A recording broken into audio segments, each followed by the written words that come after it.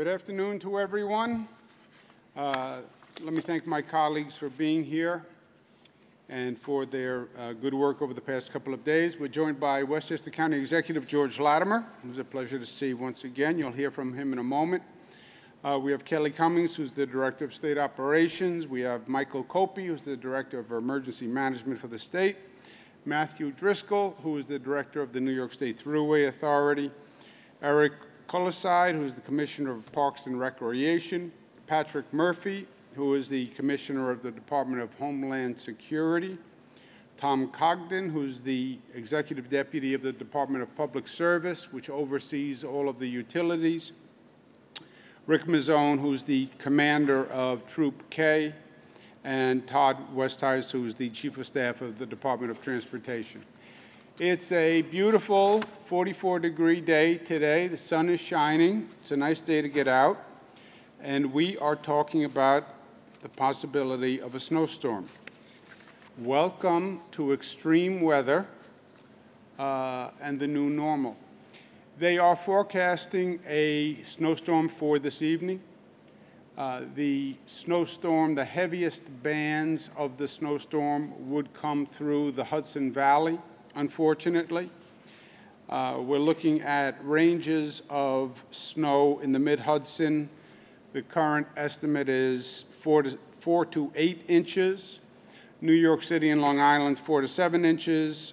The rest of upstate New York, 1 to 3 inches. So it's a narrow band that comes into the state from the southwest, exits through the northeast, comes right through the Hudson Valley. The weather for Monday is, it will be colder, some precipitation, but not frigid temperatures, and they're not forecasting a large amount of rain. So as of this time, it's just a snow event. When I say just a snow event, snow we can handle.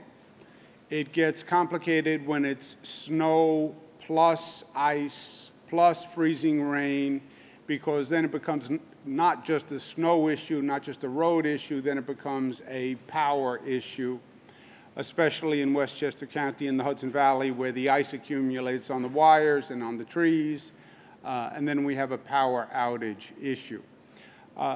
If it is just what they forecast, we are prepared for it. Since it is a relatively small part of the state that is most dramatically affected, we have redeployed resources from other parts of the state to the Hudson Valley, Westchester, et cetera. Upstate New York, as I mentioned, is only looking at about 1 to 3 inches of snow. 1 to 3 inches of snow doesn't even raise an eyebrow in Buffalo, New York. So much of that equipment we have redeployed down to the Hudson Valley. The only if in the scenario is there are, when they track weather, sometimes they, weather forecasters all agree that one track will basically be the track.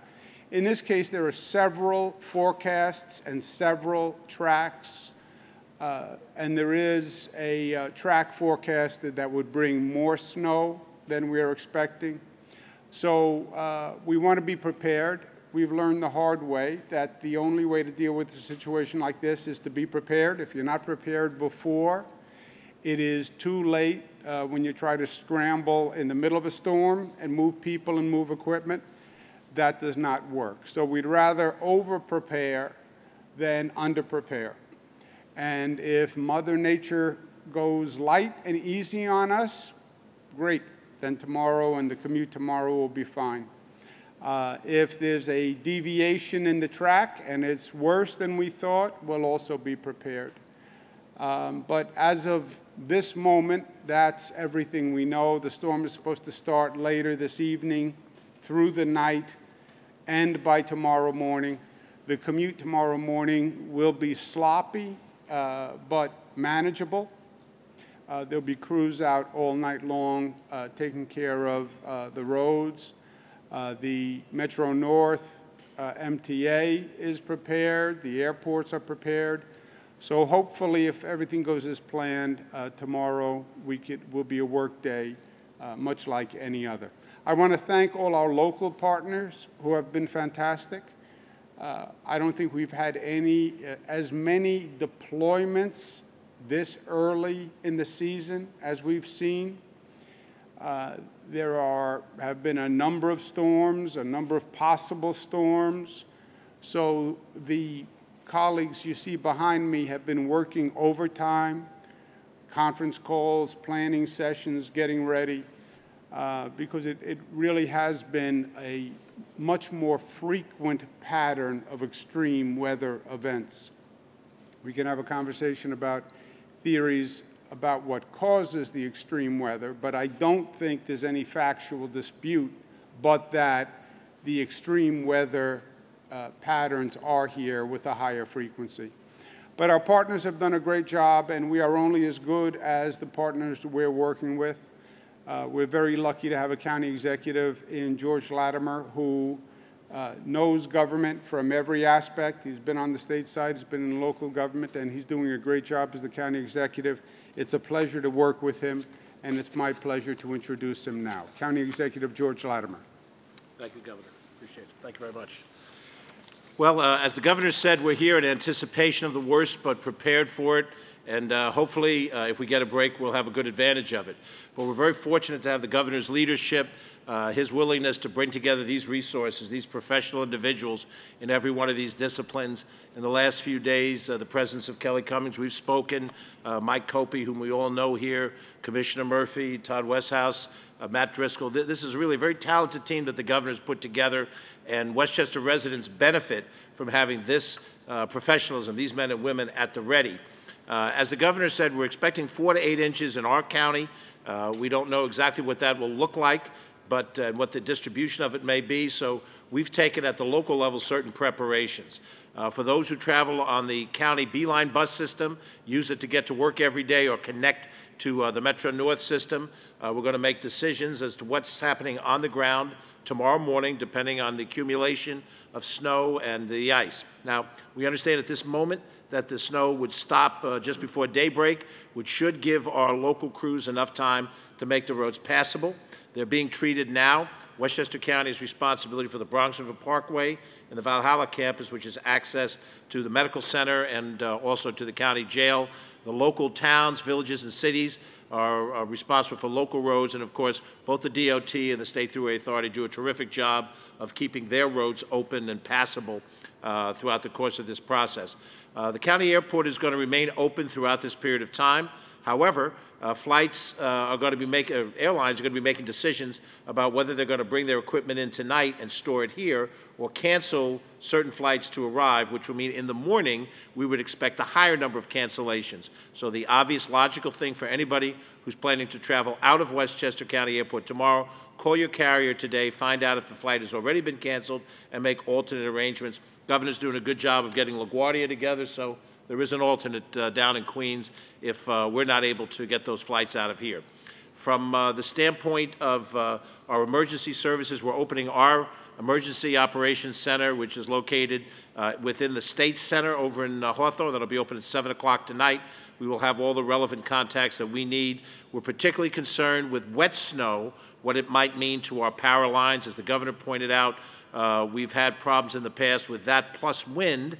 If this incident does not have heavy wind to go with the heavy snow, then we'll miss a bullet. But should there be downed power lines, then the county's DPW, the municipal DPW services will be ready to work in tandem with Con Ed and NYSEG. Both of the utilities have promised us that they're more at the ready today than they were a year ago. The Governor and the PSC is certainly going to hold them accountable, but we're going to make sure from the local government side that we have our crews ready to interface with them to remove anything from the roadway. As they shut the power off, we remove the impediment, and then they reconnect the power to try to get people up and operative. Just last week, they had a wind incident in Buffalo, and the New York State system worked brilliantly from everything I've been told. I guess Buffalonians are a little more prepared for this stuff than some of the Westchester guys are. But whatever it is, we hope to be ready for it. So again, we thank the Governor for his leadership on all of these things. It really makes the difference. We thank all of these men and women for their professionalism. It's truly appreciated by the people of Westchester County. And I'd encourage anybody from Westchester, look at social media, check our website. We'll try to update things in real time. Governor, thank you again. Thank you very much. I thank the county executive, and he's right, everything is perspective. If we get several inches tomorrow and you're out there shoveling several inches of snow, keep it in perspective. Buffalo, New York had 7 feet of snow one storm. So just, it can always be worse. Any questions for myself or the county executive or any of my colleagues? What assurance can you give the people of Westchester about their concerns with power companies and losing power during storms like this? You both have been holding the utility companies accountable. What assurance can you give the people? Yeah, well, let me make a point and then I'll turn it over to the county executive. The utility companies, you're exactly right.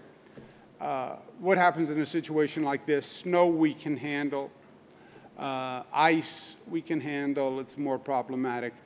The real difficulty becomes if the storm produces ice and wind and then we have the power outages and then the delay in getting the power back on. And I have been very clear and blunt as a good New Yorker with the power companies that is just unacceptable. You know, at one time, the frequency of storms we have and the severity was a novelty. And several years back, the utility companies would say, you know, I've never seen anything like this, some of the ice storms we had here in Westchester, and we just weren't ready. We weren't staffed, we didn't have the equipment, et cetera. That no longer works as an excuse. I've made that clear to them. They are regulated by the state. We have penalized utilities for not being ready. And frankly, we don't leave it to the utilities anymore. When we see a storm coming, we supplement them with state resources and local resources. And also there's something called a mutual aid system, where one state can call for assistance and bring in crews from other states, surrounding states. New York has been very generous when it comes to helping other states. We've even helped Puerto Rico during their storm. Literally, we sent power crews to Puerto Rico. So we engage the mutual aid system and have crews from other states on standby in case we need them here. There's not a lot of mystery to it. They're down power lines, a limb broke, a pole broke, et cetera, but you have to get a crew to that site in that weather condition to make that repair. And if you don't have the resources, you can't do it. The utility companies, I don't want to jinx us, but they have been doing a better job. As the county executive mentioned, we just had a situation in Buffalo, New York, where we had high winds, we had power lines down. The response has been better. There are more crews, there are more personnel, there's more equipment than they've ever had before. We supplement it from the state and the local, and then if we envision a problem, we push that button on the mutual aid system and we bring in crews from out of state. But the thrust of your question is right. In the past, they have been delinquent. We know it. We've penalized them. It's not acceptable. They're regulated by the state. And they get a franchise from the state. They are licensed by the state. Nobody gave them, there's no God-given right to be a utility company. And I've said to them, if they can't handle the storms, we don't need them as a utility company. You know, we don't need them when the sun is shining.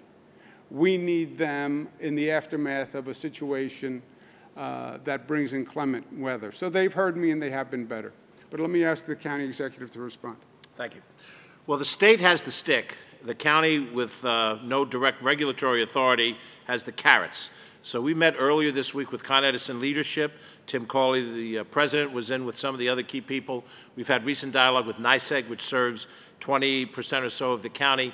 What they committed to us, both of us, after the aftermath of last year's experience is that they would have more equipment at the ready. They wouldn't just rely on mutual aid to provide a response. They've also indicated that they would have manpower, men and women, available at the ready. These are commitments that have been made to the PSC and to those of us in local governments. So as a Republican president once said when he quoted Russian, "Doverny no proverny," trust, but verify. So we go into this with a sense of trust, and hopefully we'll see the verification of their commitment. We believe that we've all learned something from what happened last year, and they will have the manpower and the equipment ready to respond. And with a little bit of luck from Mother Nature, we'll get through this okay. But it is a question of performance for all of us. Whatever happened in the past, we have to perform over the next 24 hours in order to maintain the trust of the people that have given us this opportunity. Okay. The timing of this storm is somewhat interesting that it could wrap up right as the morning commute ramps up tomorrow morning. What advice would you give people that may wake up and see no snow falling, but the storm may have just wrapped up right before that? Well, that is what they are now forecasting, that literally by daybreak the snow would stop. I would be ready for tomorrow morning. I would start earlier. The commute, if that is the case, and again, we'll have plows out all night long, but it will be a sloppy commute, and I would factor that in. We would expect at this time that everything is working and everything is running, but you know, you're operating trains on tracks, the snow falls on the tracks, there are issues, plows are moving, the traffic gets backed up behind the plow. So I would definitely prepare for it tomorrow morning and leave time. Okay, thank you very much.